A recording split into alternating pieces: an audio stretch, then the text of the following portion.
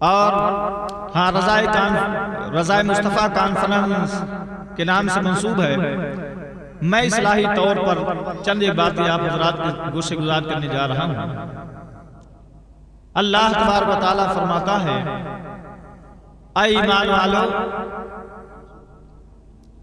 اللہ تبارک و تعالیٰ کی طرف توبہ نصوح کرو. یعنی گناہ ہو جائیں تو اللہ سے توبہ نصوح کرو. ایسی توبہ کرو کہ پلٹ کر پھر اس گناہ کی جانب نہ جاؤ. ایسی توبہ کو توبہ نصوح کہا جاتا ہے. ہم سب جانتے ہیں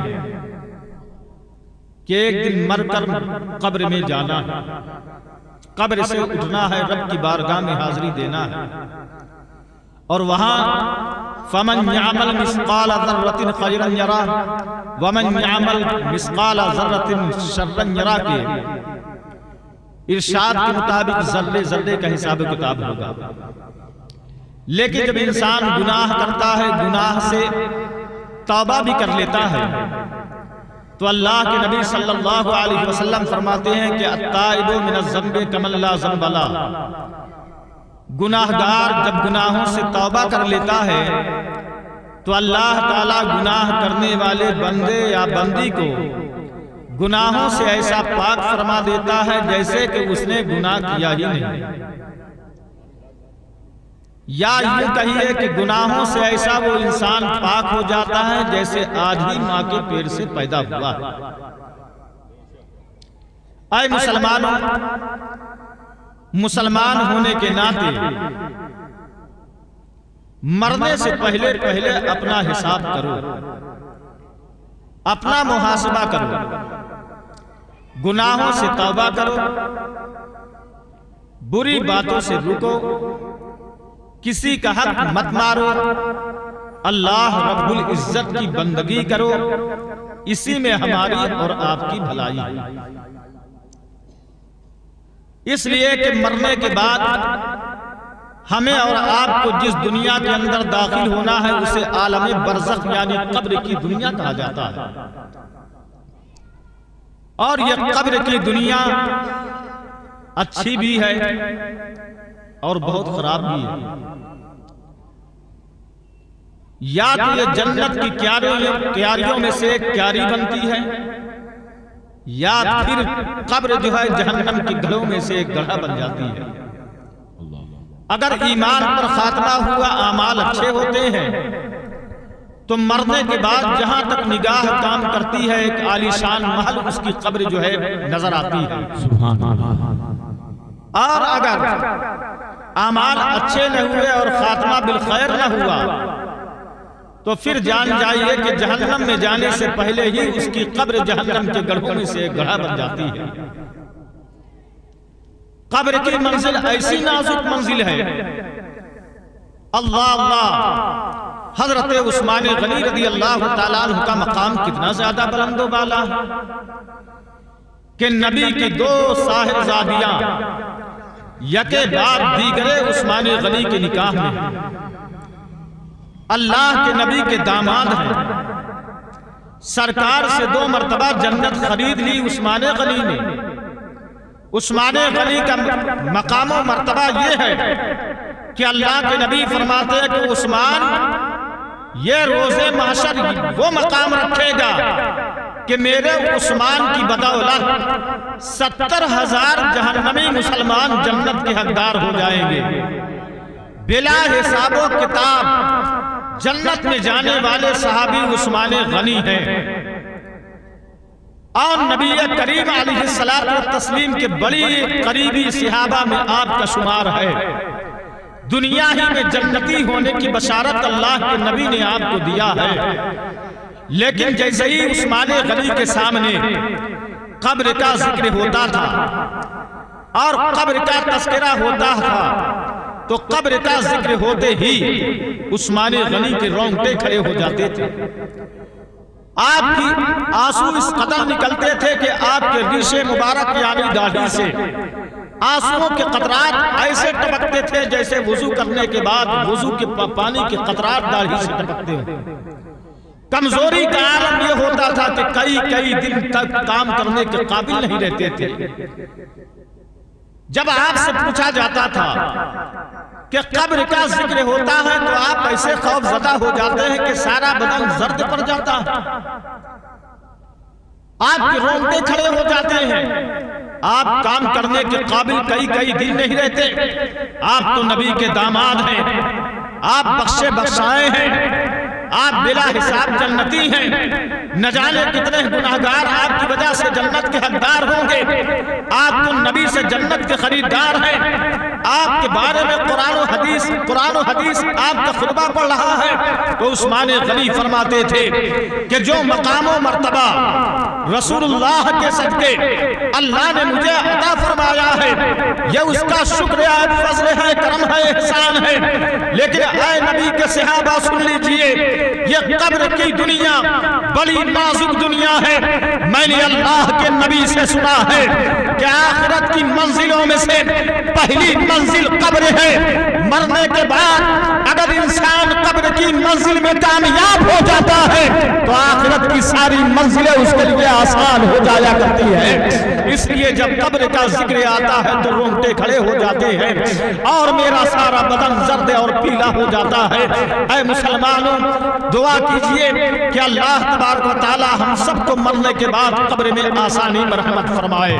یہ قبر ایسی نہیں ہے، اگر میں ذکر کروں موت اور قبر، اللہ اکبر کبیرہ، حضرت سفیان ثوری ہیں، جب آپ کے پاس قبر کا ذکر ہوتا تھا تو آپ کا بھی بدن پیلا ہو جاتا تھا اور کہا کرتے تھے کہ قبر تو ایک کیڑے اور مکوڑوں کی کوٹھری ہے اور یہ قبر بڑی تاریک جگہ ہے اور قبر جو ہے بڑی نازک منزل کا نام ہے۔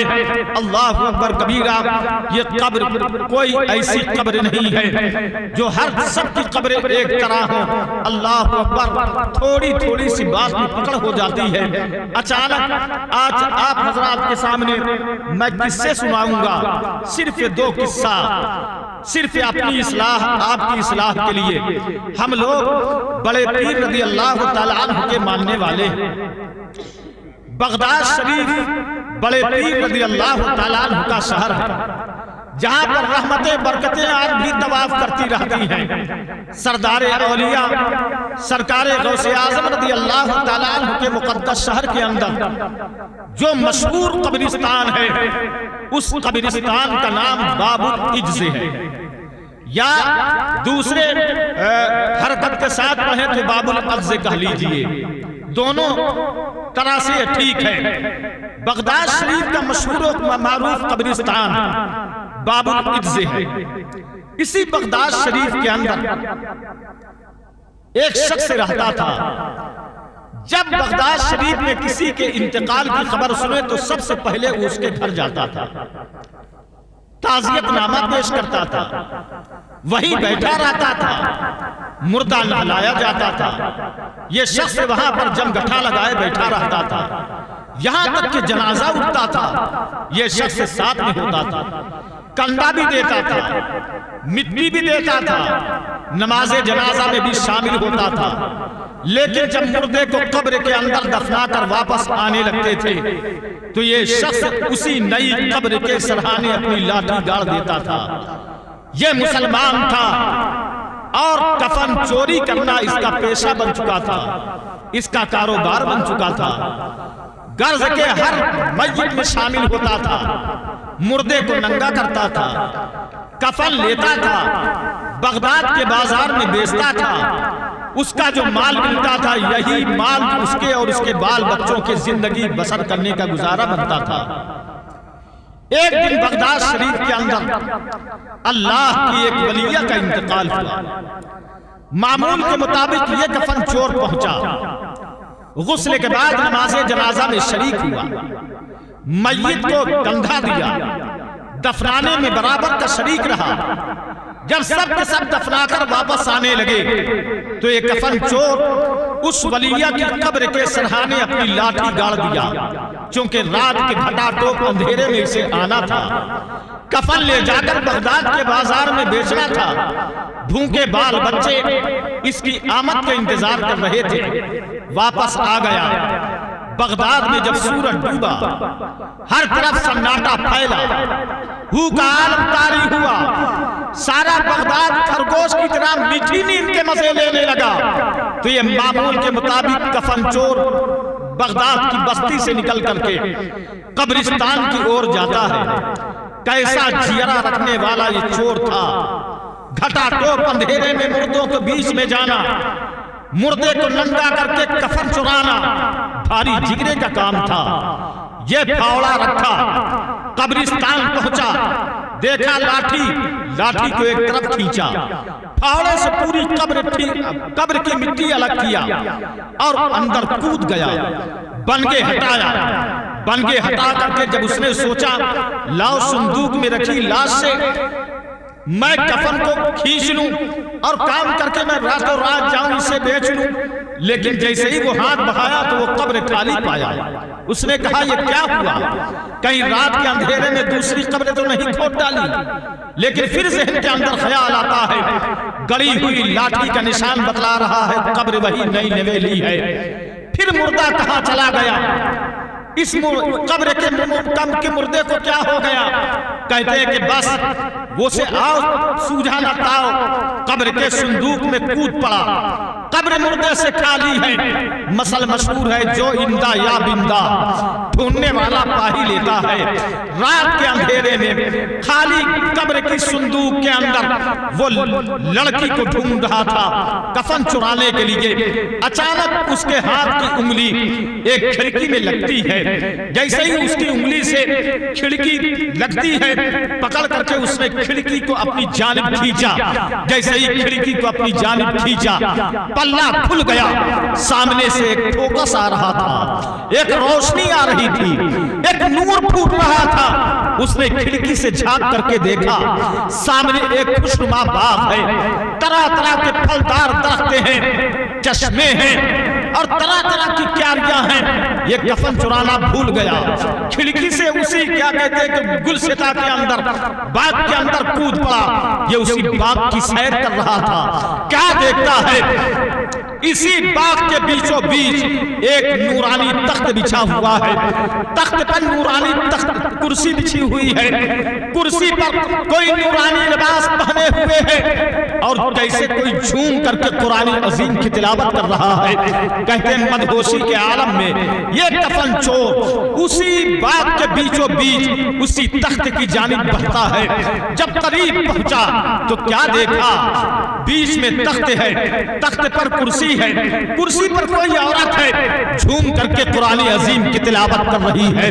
یا اور قریب اس کے پہنچ جاتا ہے، اللہ اکبر کبیرہ جب لڑکی کے قریب پہنچتا ہے تو لڑکی نے قرآن عظیم کی تلاوت کو بند کیا اور کہا اے کفن چور میں جانتی ہوں تو دنیا کا کفن چرانے والا ہے، اگر تجھے دنیا کے کفن کی ضرورت ہے تو دیکھ سامنے وہ پھوٹی پر دنیا کا کفن ٹنگا ہوا ہے، لے جا کر بغداد کے بازار میں بیچ لے، مجھے دنیا کے کفن کی ضرورت نہیں ہے۔ اس نے کہا تمہیں دنیا کی کفن کی ضرورت کیوں نہیں ہے؟ اس انتقال کردہ کرسی پر بیٹھی ہوئی لڑکی کہتی ہے اے انسان، مرنے کے بعد جب میں قبر کے اندر آئی تو اللہ تعالیٰ نے میرے بدن سے دنیاوی کفن اتار کر کے جنتی لباس عطا فرما دیا ہے، جنتی کفن عطا فرما دیا ہے، مجھے دنیا کے کفن کی ضرورت نہیں ہے۔ یہ کفن چور کہتا ہے آج بیانہ غلط ہو گیا ہے، میں کیا کروں؟ اللہ اکبر کبیرہ جب جیسے ہی اس کے قریب جاتا ہے تو کیا دیکھتا ہے؟ کرسی پر لڑکی بیٹھی ہے، سامنے قرآن عظیم کھلا ہوا ہے، جھوم جھوم کر کے قرآن عظیم کی تلاوت کر رہی ہے، انوار و تجلیات کی موسلادھار بارش ہو رہی ہے، لیکن جیسے ہی سامنے وہ گیا، وہ کیا دیکھتا ہے؟ جنتی لباس میں ملبوس ہے وہ لڑکی، جنتی تاج لگائے ہوئے ہے، جنتی کرسی پر بیٹھے ہوئے ہے، انوار و تجلیات کی بارش ہو رہی ہے، لیکن کفن چور نے دیکھا اس کے لبوں سے سانپ لٹک رہا ہے۔ اللہ اکبر کبیرہ، یہ کفن چور چمبے پہ پہنچ جاتا ہے اور کہتا ہے اے بہن، لباس جنتی ہے، تاج جنتی ہے، کرسی جنتی ہے، انوار و تجلیات کی بارش ہو رہی ہے، لیکن اے بہن یہ کیا وجہ ہے کہ تیرے لبوں سے سانپ لٹک رہا ہے؟ اتنا سننا تھا۔ لڑکی زاروں قطار رونے لگتی ہے اور کہتی ہے بھائی مت پوچھ، تھوڑی سی غلطی میں نے دنیا میں کیا تھا، آج اسی تھوڑی سی غلطی کا خمیازہ بھگت رہی ہو۔ اللہ اکبر کبیرہ۔ تو اس کفن چور نے کہا اے بہن وہ معاملہ کیا ہے؟ یہ لڑکی کہتی ہے میں بغداد شریف کے فلانے محلے کے رہنے والی ہوں، جہاں پر میں رہتی تھی میرے مکان کے پڑوس میں ایک گھر تھا، اس گھر میں میری ایک سہیلن تھی، ایک رات میری سہیلن نے مجھ کو دعوت دیا، عشاء کی نماز کے بعد میں اپنی سہیلن کے وہاں دعوت کھانے کے لیے گئی، دعوت میں اس نے مجھے گوشت کھلایا، میں پیٹ بھر کے کھائی اور کھانے کے بعد اس کے مکان سے نکل کر کے واپس آ رہی تھی تو میرے دانتوں کے بیچ میں گوشت کا ریشہ پھنس گیا تھا، تو کہتے اس کے مکان کے دیوار پر ایک چھپڑ پڑا ہوا تھا، میرے دانتوں کے بیچ میں گوشت کا ریشہ پھنسا ہوا تھا، میں نے اس سے پوچھا نہیں، بلا اجازت بلا پوچھے میں نے اس کے چھپر سے صرف ایک تنکا توڑ لیا تھا، آج یہ اسی کا خمیازہ ہے کہ اس کے بدلے میرے لبوں سے یہ سانپ لٹکا ہوا ہے۔ اے بھائی جب تم دنیا میں جانا تو میرے اتنا احسان کر دینا کہ میری سہیلن کے پاس جانا اور کہہ دینا کہ وہ مجھے معاف کر دے تاکہ اللہ تبارک و تعالیٰ بھی مجھے معاف فرما دے۔ اللہ اکبر کبیرہ۔ اے مسلمانوں ذرا آپ اندازہ فرمائیے کہ اگر ایک لڑکی بلا اجازت کے وہ ایک تنکا توڑ لے تو قبر میں اژدہا اور سانپ سے اس کا سامنا ہوتا ہے۔ اگر ایک تنکا بلا اجازت توڑنے والے کا عالم یہ ہے تو جو مسلمان مرد ہو یا عورت، ہزاروں ہزار لاکھوں لاکھ کسی کی زمین کسی کی جائیداد یہ ہڑپے ہوئے ہیں اور حق مارے ہوئے ہیں، یہ اپنا انجام غور کریں کہ مرنے کے بعد ایسے مسلمان کا انجام قبر کے اندر کیا ہوگا۔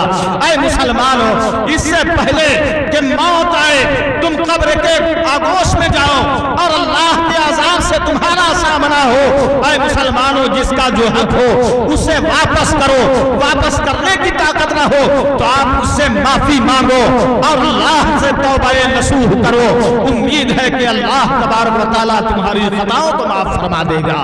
اللہ اکبر کبیرہ۔ یہ کفن چور کہتا ہے کہ جب ایک تنکا بلا اجازت کے یہ لڑکی توڑی اور تو اس کے کیا کہتے ہیں ہونٹ میں یہ اژدہا لٹک گیا، سانپ لٹک گیا، تو نہ جانے کتنے مردوں کو میں نے ننگا کیا ہے، میری قبر کا کیا ہوگا، مرنے کے بعد میرا کیا ہوگا؟ تو کہتے یہ واپس پلٹ رہا تھا تو لڑکی نے کہا وہ کفن تو لیتے جاؤ، تو کہتے لڑکی کے کہنے پر کفن کو اس نے سینے سے لگایا اور سینے سے لگانے کے بعد یہ قبر سے باہر نکلا، جیسے ہی قبر سے باہر نکلا آیا بغداد شریف کے بازار میں، یہ کفن کیا کہتے ہیں کہ بیچنے کے لیے نہیں گیا بلکہ بھائی یہ بات چیت بند کرو، درود شریف پڑھیے اللہم صلی علی سیدنا مولانا محمد مادری الجود والکرم وعلی آلہ واصحابہ وآلہ وسلم صلاۃ و سلام علیک یا رسول اللہ، صلاۃ و سلام علیک یا حبیب اللہ صلی اللہ علیہ وسلم۔ آیا کفن لیے ہوئے تھا، اپنے مکان گیا، لڑکی اس کی عورت اور اس کے بچے اس کا انتظار کر رہے تھے، بھوکے تھے، بلک رہے تھے، تو اس کی عورت نے کہا کہ کفن ساتھ ساتھ لیے چلے آئے، اس کو بیچے نہیں، یہ بچے دیکھیے بھوک و پیاس کے عالم میں ہیں اور بلبلا رہے ہیں۔ تو اس نے کہا اب کفن چرانا کینسل، اب کفن بیچنا بھی کینسل، کہا اس کو تو کم سے کم بیچ آتے، آج کا گزارا ہو جاتا، کل سے کسی کوئی کام میں چلے جاتے۔ اس نے کہا نہیں اب یہ کفن بیچنے کے لیے نہیں ہے، کہا یہ کفن میں بیچنے کے لیے نہیں لایا بلکہ اس لیے لایا ہوں کہ جب میں مر جاؤں تو اسی کپڑے میں مجھے کفن دیا جائے اور مجھے قبر میں لٹایا جائے۔ کہا کیوں؟ تو کہا اس لیے کہ یہ کفن کسی ایرے گہرے مردے کا نہیں ہے بلکہ اللہ کے ولیہ کا کفن ہے۔